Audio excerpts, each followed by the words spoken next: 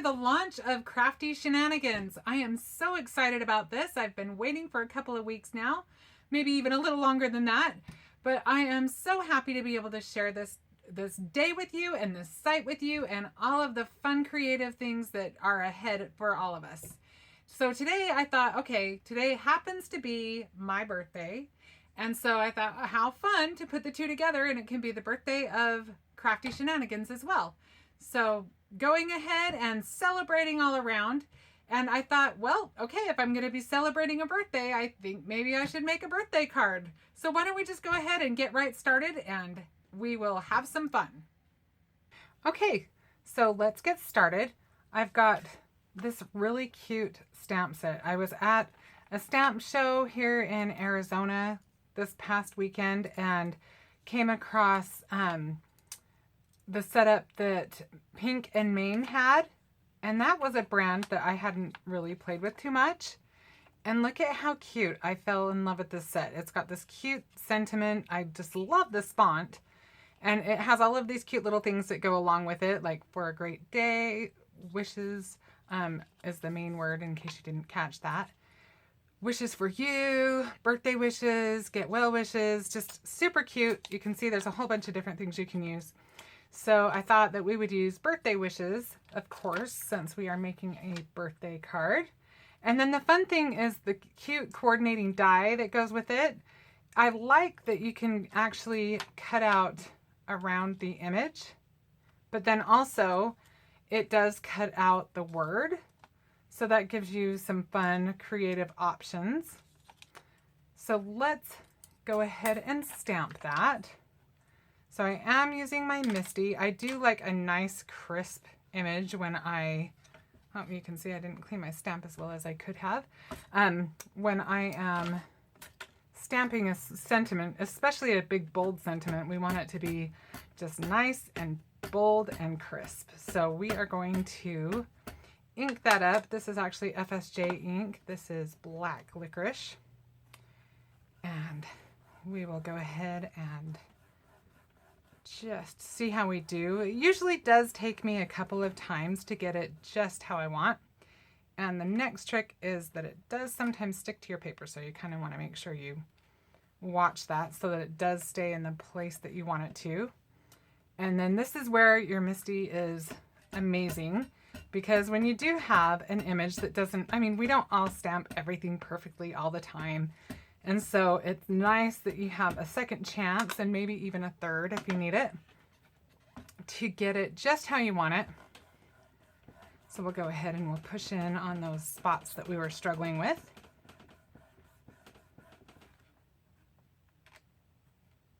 Much better.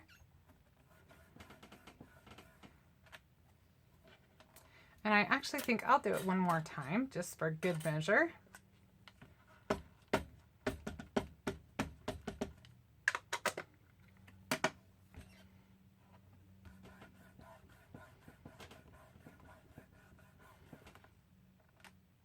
Okay, so we've got our sentiment image, and I'm just actually, you can see how cute that is. I'm going to set that aside, and I actually think we'll just get a start on our background, because on this card, the background is going to be the star of the show. So this is Color Splash paper. This is something that FSJ carries. It's great watercolor paper. And this is the size that it comes in, but I actually cut it down to 3 3/4 by 5. And this technique that I'm going to show you is so simple that you're gonna just shake your head a little bit, because it's so simple, but it's so fun. When you get it all together, it just creates a fun background. So I'm just gonna use the Color Splash pencils. These come in a package of, I believe, 48, and I just took a little sampling of those. They are a lot of fun to play with. And I actually like to color directly to paper. I like the control that gives me. There's so many fun things you can do with watercolor, and it is meant to be something you can do loosely and you can just enjoy. But I do struggle just a little bit with keeping the water down to a minimum, because I do tend to over soak some of my projects. And also this helps with that, but it also, I like the intensity of the color that I can control a little bit more when I do it direct to paper. I will show you a couple of other ways to use the watercolor pencils so that if you haven't ever used them, you can kind of see the different ways that you can use them. And you can see I'm not really being super precise in my sizes of my dots or anything. We just want to, and I'm just going to do this corner because I don't want to bore you to tears with showing you the whole panel, but you'll get the idea of what we're doing. Okay. Also, you're probably at this point you want to be thinking about, okay, well, what color of a mat or what color of a card base do I want? Because that might influence how many, like, how much of one color you might want to concentrate on. Get some more of that purple in there and a little bit more. Basically, you're going to do this until all of your little dots meet up.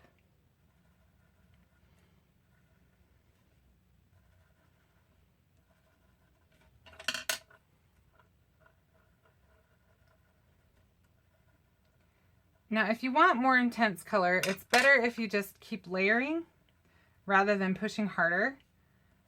One of the best things as far as avoiding like the little harsh lines that you get with the pencils, if you just layer the color, then you can do it softer and do it in more like a circular pattern to avoid those harsh, really just defined lines that you don't want with watercolor, at least not with this technique.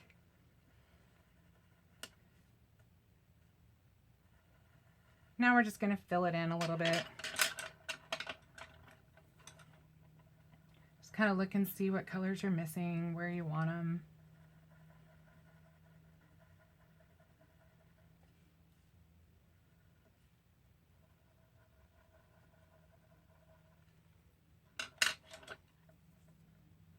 And just enjoy the process. It's kind of relaxing. I actually really love to color.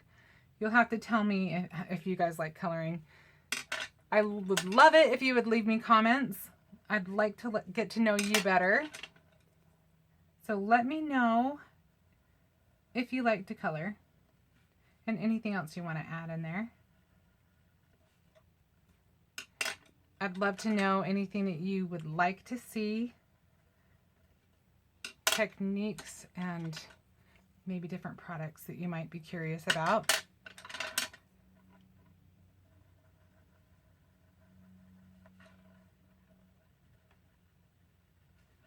All right, I think we are just about there.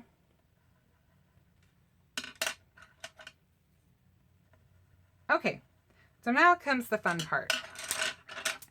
Now we're just going to take a mister and we are just going to wet our paper. You can see this is kind of cool already what it's doing, but we are going to actually blot that a little bit because honestly the whole page would have the little dots all over it. And you can go ahead and take a blender brush and just kind of smooth out any harsh lines that you might have. And you can also take a look. Watercolor always dries just a little bit lighter than how it looks when you first color it.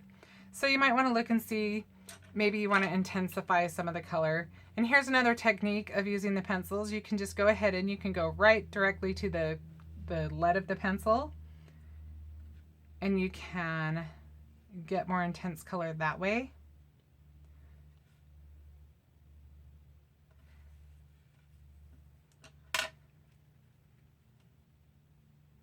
I'll loosen that up just a little bit more.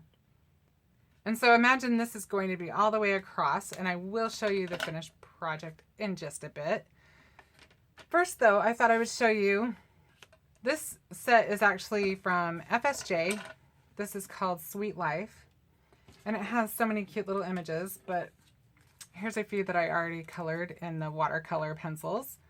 But again, this is where I like to just go direct to the paper.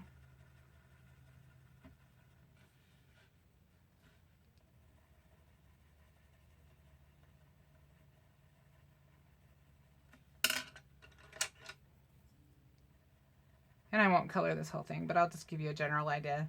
So this is direct to paper, obviously. And the magic always happens when you actually add the water.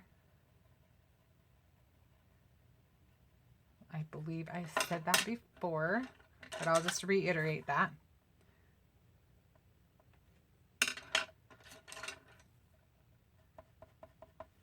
Okay, so we'll just take our blender brush and we'll just add our water, and we'll watch that just kind of disperse the color.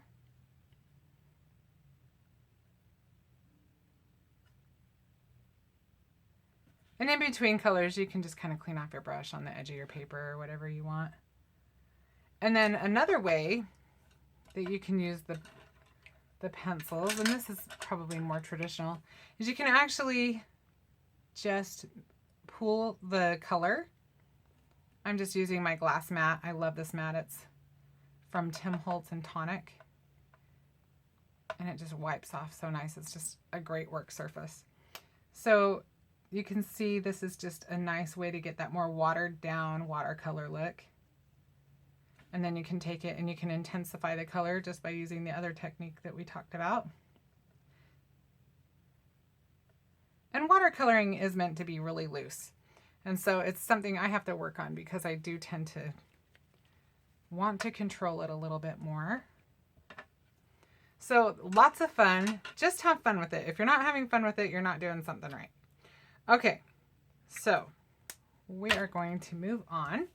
And I will go ahead and show you the finished card.